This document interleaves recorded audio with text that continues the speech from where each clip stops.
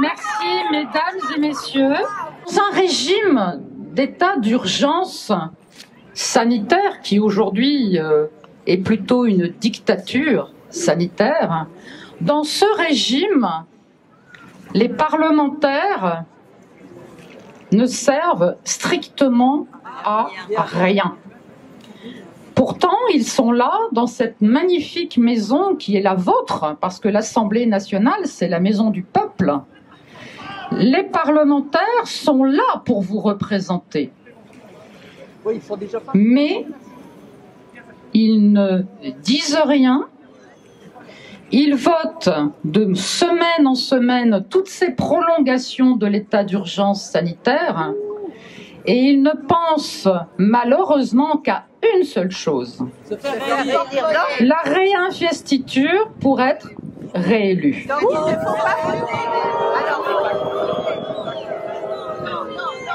Ce qui est terrible, ce qui est absolument terrible, c'est que toutes les libertés perdues, on ne les retrouve pas. Ce que j'aimerais dire, c'est qu'ici, mesdames et messieurs, vous avez des médecins généralistes en Lorraine qui ont eu le courage, et c'est incroyable de devoir dire ça, ils ont simplement soigné, ils ont simplement fait ce qu'ils savent faire le mieux, c'est-à-dire s'occuper avec bienveillance de leurs patients et soigner. Bravo pour eux. Bravo pour eux. Vous pouvez les applaudir, en effet.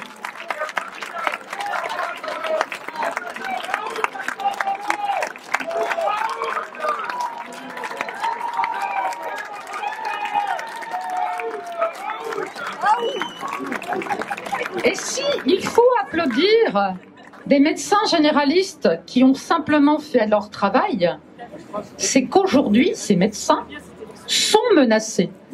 Ces médecins sont convoqués à l'ordre des médecins.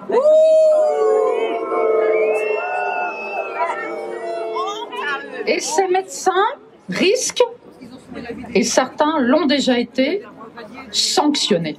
Et ceci n'est pas admissible. On est aujourd'hui face à un gouvernement qui, sous prétexte de vous protéger, de vous soigner, vous enferme et vous empêche d'accéder aux soins. Aujourd'hui, ce troisième confinement, pas si quelqu'un a compris d'ailleurs comment ça marche, parce que c'est quand même un confinement un peu bizarroïde. Ce confinement coûte aux Français 360 millions d'euros par jour. Vous vous rendez compte du nombre de lits à l'hôpital qu'on aurait pu mettre depuis un an, du nombre de soignants qu'on aurait pu renforcer, qu'on aurait pu revaloriser. On est en train de tuer l'hôpital public, on est en train de tuer, enfin ils sont en train de tuer la sécurité sociale.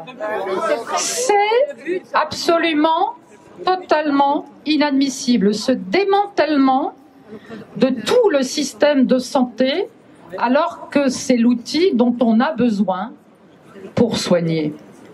J'aimerais revenir juste un tout petit moment sur ce fameux état d'urgence sanitaire qui, normalement, devait prendre fin le 1er juin 2021.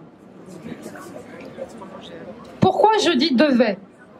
Vous avez vu, par de multiples pirouettes, Castex qui est revenu à l'Assemblée pour une grand-messe et pour nous dire que les élections régionales et départementales allaient être repoussées d'une semaine. Le prétexte étant qu'en une semaine, on va réussir à vacciner 2 millions de personnes de plus.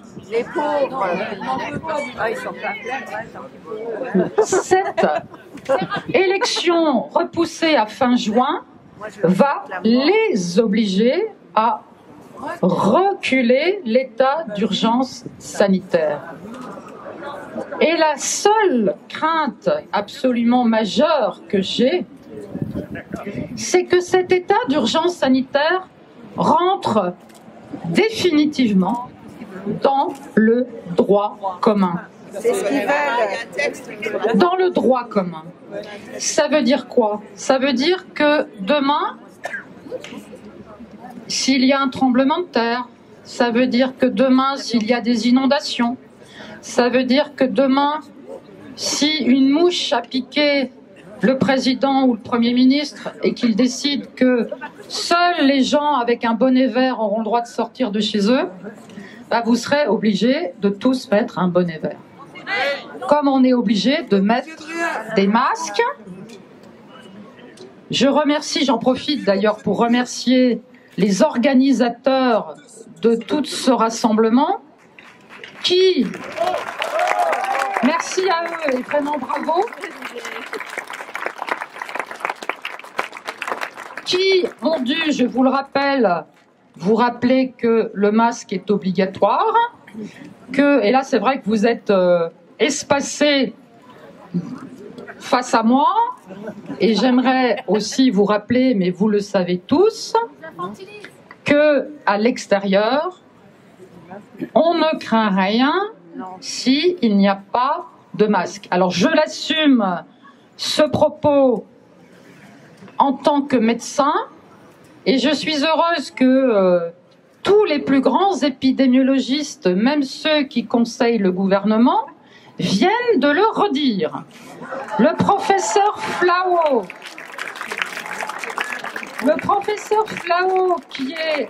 qui dirige l'Institut d'épidémiologie de Genève, qui, au-delà de ces conflits d'intérêts multiples et variés, a quand même eu l'honnêteté de repréciser que depuis 1 an, il n'y a jamais eu aucun cluster à l'air libre.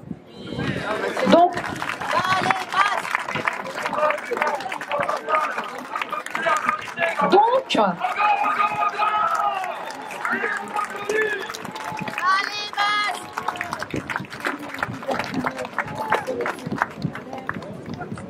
en effet, et vous vous souvenez que quand j'avais dit ça à l'Assemblée, c'est à ce moment-là que j'ai été élue reine des complotistes.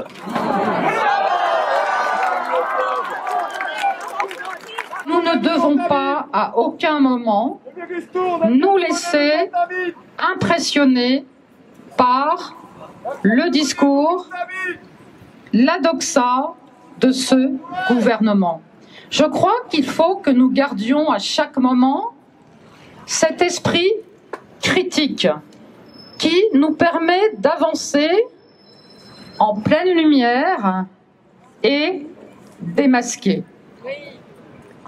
Et j'insiste là-dessus pour les plus jeunes. Et ces enfants qui aujourd'hui sont dans l'obligation de porter le masque à l'école à longueur de journée. Oui. C'est absolument terrible. C'est terrible. Parce que bien sûr, il n'y a pas d'effet immédiat. Parce que bien sûr, on dit mais les enfants sont très adaptables. Parce que bien sûr, ils n'ont pas l'impression, ils ne donnent pas l'impression d'en souffrir. Mais il n'y a jamais eu autant, mesdames et messieurs, je ne vais pas utiliser le mot parce qu'il y a des enfants, mais en tout cas de passage à l'acte chez des tout petits. 7 ans, 8 ans, 9 ans. La Société française de pédiatrie nous alerte. Le recours aux urgences pédiatriques pour motifs psychiatriques, c'est une alarme absolument terrible, terrible. Ne laissons pas faire cela, c'est totalement injustifié. On a cette chance que d'avoir la possibilité à l'international à la fois d'échanger sur le plan médical et scientifique, mais aussi sur le plan du droit. Et aujourd'hui, on sait que très proche d'ici, en Belgique, ils viennent, en tout cas l'équivalent de notre Conseil d'État, vient de prendre la décision qu'à partir de lundi, la rentrée scolaire chez les plus petits, c'est-à-dire l'équivalent du primaire chez nous, enfin chez eux c'est pareil, n'auront pas l'obligation de remettre le masque. Et on s'en félicite. Et oui, bravo. Et ce gouvernement, depuis un an, a basé sa stratégie sur le mensonge. Sur le mensonge par rapport à la dangerosité de ce virus, aujourd'hui sur le mensonge qui est de faire croire à l'ensemble des Français qu'en acceptant la vaccination, ils vont être protégés. Et ceci est totalement scandaleux. Donc ce 49.2, c'est simple, c'est le gouvernement s'en va et il y en a un autre. Il y a un problème majeur. C'est que je suis la seule, mesdames et messieurs, à l'Assemblée nationale à avoir déposé et à avoir envoyé une lettre à tous mes collègues parlementaires pour leur demander de soutenir et de co-signer cette motion de censure. Il faut être 58. 58, c'est rien. Nous sommes 577. Il n'y en a pas un seul qui est d'accord avec ça. Pas un seul.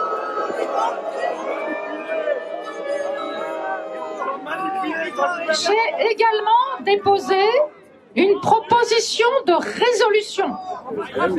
Une proposition de résolution pour empêcher demain cette mise en place du passeport sanitaire.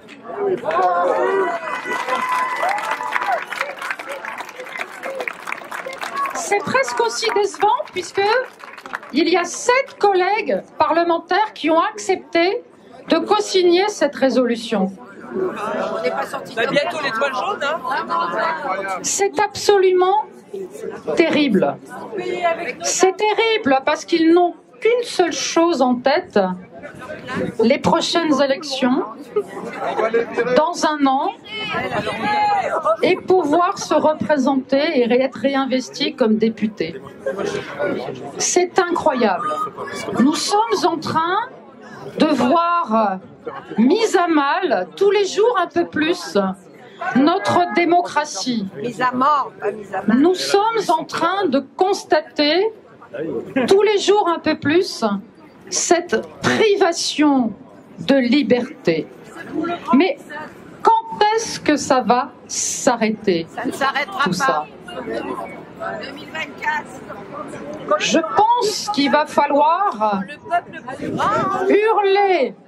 Si nous sommes là, ici, c'est pour la défense de nos libertés. Liberté, liberté, liberté, liberté.